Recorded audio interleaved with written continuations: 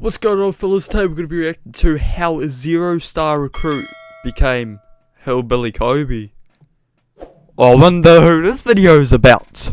A few retired NBA players were discussing the emergence of Austin Reeves. Go. Arena said he thinks the Lakers are offering him 4 years, $50 million. Rashad McCants almost spit out his drink. Stop it! But y'all giving it to him because one, he white, and one, he playing with the Lakers and they trash. So it's like, if the Lakers ain't trash, he ain't playing. That Who the sounds fuck harsh, is that guy? but it's what a lot of people are thinking. For example, in 1 week, another young player, Josh Green, put up 22 points, 6 assists, and 7 boards. No one cares. Bigger He's numbers shit. than Austin Reeves in that time, with better efficiency and defense. But Okay. bigger number. Remember when these two versed each other? Who ended up on top?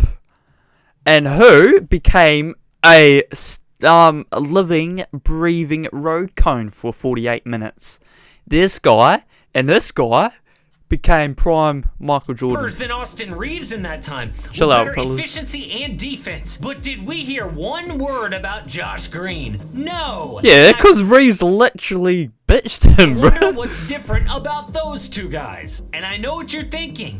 One is on the Lakers. But no, would you believe people are saying it's because Austin Reeves is white? Yes, I know. But I actually agree with that. Oh, Josh Green's an one Aussie, reason so... it's actually not racism. But how did a 0-star recruit end up in this situation? Well, Reeves was a 0-star recruit for 2 main reasons. The first is he wasn't on the AAU circuit. Dude wanted to be a baseball player and switched to basketball late. He grew up on a farm in Arkansas in a town of 1,200 people. His parents were both elite D1 players. That's Brian Reeves. He's seen my Instagram story once. That's such a weird story.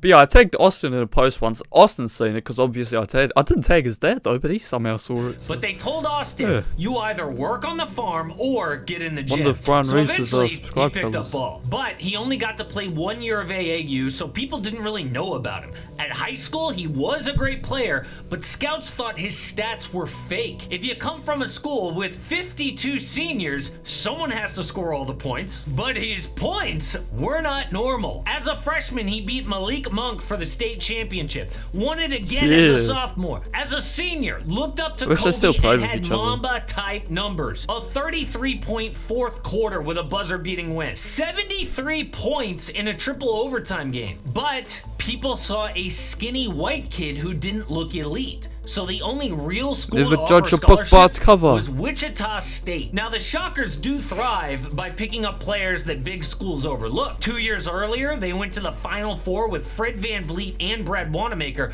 but Austin was just 17 years old as a freshman, so he didn't get a lot of minutes. In fact, things got so bad, he was a backup and frustrated with his role, knowing he could do more. So he made the tough decision to transfer to Oklahoma. Normally that's a good thing because OU is a bigger school, but rules would make him sit out an entire year. So while the team was playing on national TV at March Madness, Austin was only allowed at practice.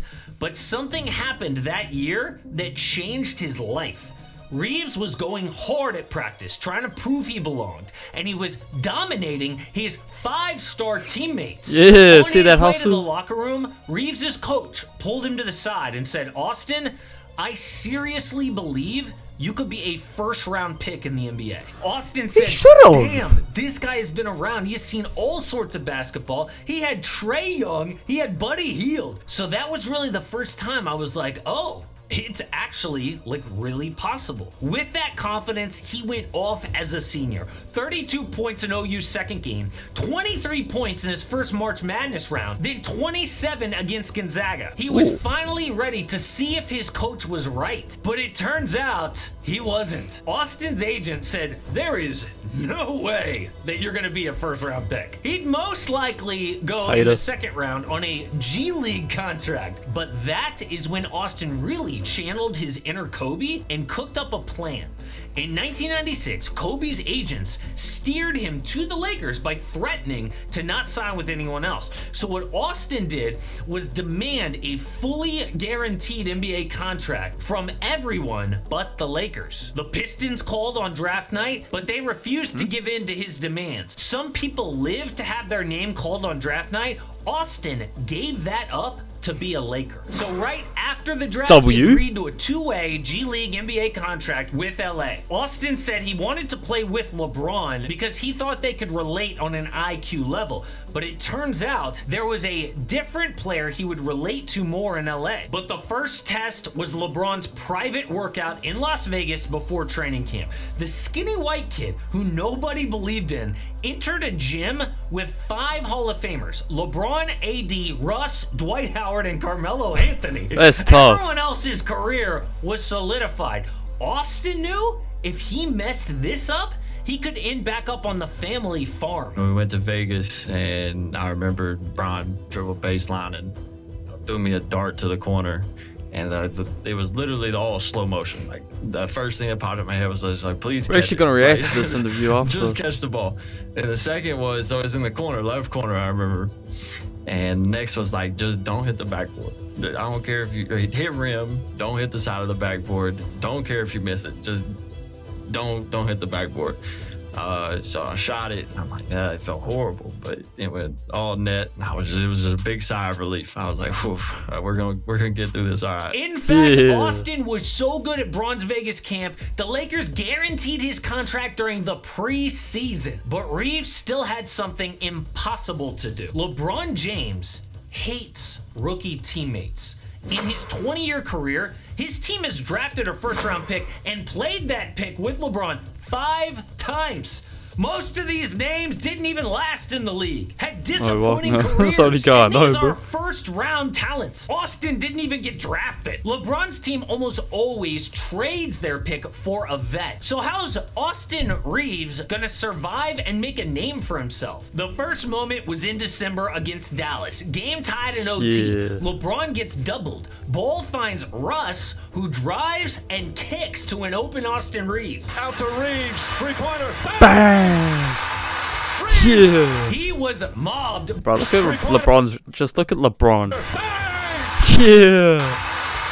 Bro, what a moment. He was mobbed by his teammates because they know how doubted he had been. There was the moment Austin's mind was blown by LeBron that turned into a meme, but Rajon Rondo is who really took him under his wing. Reeves annoyed the point guard with a million questions about how to see the game, and he played well to end the season, but Reeves jumped to another level in March of this year.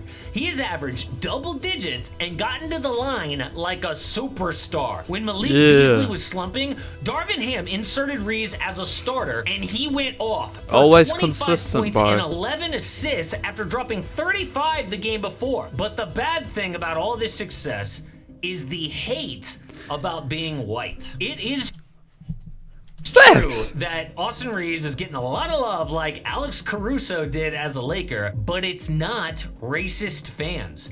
In a league that is 73% black, I think it's just a novelty to see any other race of player break out. It's not that people like Jeremy Lin or Austin Reeves more, it's just really unusual to see that, and out-of-the-box things tend to go viral. Race has something to do with it, but it's definitely not a negative. It's just weird. But because he was undrafted, another team can swoop in this offseason and offer a huge backloaded contract. Austin once said his goal in the NBA is to make as much money as he can playing. And if LA treats him like they did Alex Caruso, Reeves will be gone this summer. Maybe the team that's going to steal this is the Portland Trailblazers. They are going to miss the playoffs this season despite having a healthy Damian Lillard and Dame is playing his best basketball of his career. I know he's super loyal, but some scary new reports. Bruh. I mean, I'm sure they're going to pay him this time. I have, like, obviously they've always said they want to keep Austin there. Austin says he wants to stay in LA. But he's only going to stay if the front office pay him. So who pays him? Her name's Jeannie Buss, eh? Listen here, mate. You better pay Austin. See you next time.